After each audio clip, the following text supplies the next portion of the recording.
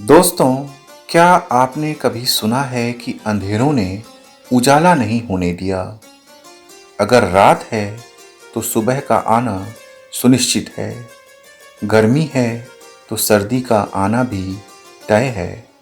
दुख है तो सुख भी ज़रूर आएगा।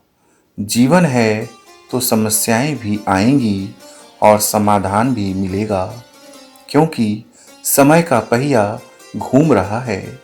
संकट आया है तो खुशियां भी आने ही वाली हैं। इसे कोई रोक नहीं सकता। बस संयम के साथ कर्म और श्रम करते रहिए। जब काल चक्र घूमता है तो असंभव को भी संभव बना देता है। यही प्रकृति का नियम भी है। कोरोना संकट में जब मजदूर अपने घरों को लौट गए, तब मालिक उनसे वापस आने की मिन्नत कर रहे हैं। कभी फैक्ट्रियों के सामने काम मांगने वालों की लंबी लाइनें होती थीं, लेकिन आज मजदूरों पर मनमानी करने वाले मालिक उनके आगे हाथ पसारे खड़े हैं। उन्हें वापस बुलाने के लिए हवाई जहाज और एसी ट्रेन के टिकट तक दे रहे हैं।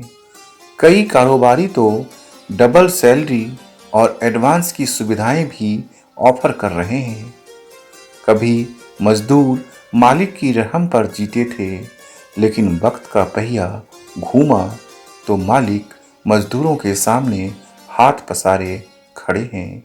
कोरोना काल में अड़चनें आई हैं तो अवसर भी साथ लाई हैं। मास्क कल्चर ने लिपस्टिक कंपनियों को संकट में डाल दिया तो आईलाइनर और आई शैडो की कंपनियों को नए अवसर भी मिले हैं। अच्छी बात यह है कि लिपस्टिक कंपनियां इससे निराश नहीं हैं। वो इस उम्मीद के साथ नए विकल्प तलाश रही है कि कभी तो चेहरे से मास्क हटेगा और लिपस्टिक का वो सुनहरा दौर फिर से लौट आएगा। बाजार का ये नियम परिवार पर भी लागू होता है। अगर घर के किसी सदस्य की नौकरी चली गई है या फिर कारोबार बंद हो गया है, तो नए अवसर तलाशने की ज़रूरत है। पुराने काम में अटकने और अफसोस करने की बजाय आगे बढ़ने की ज़रूरत है। जीवन का फलसफा भी यही है। मुश्किलें तो आएंगी, लेकिन मुकाबला करते हुए आगे बढ़ते जाना है, क्योंकि चलते रहना ही जिंदगी है।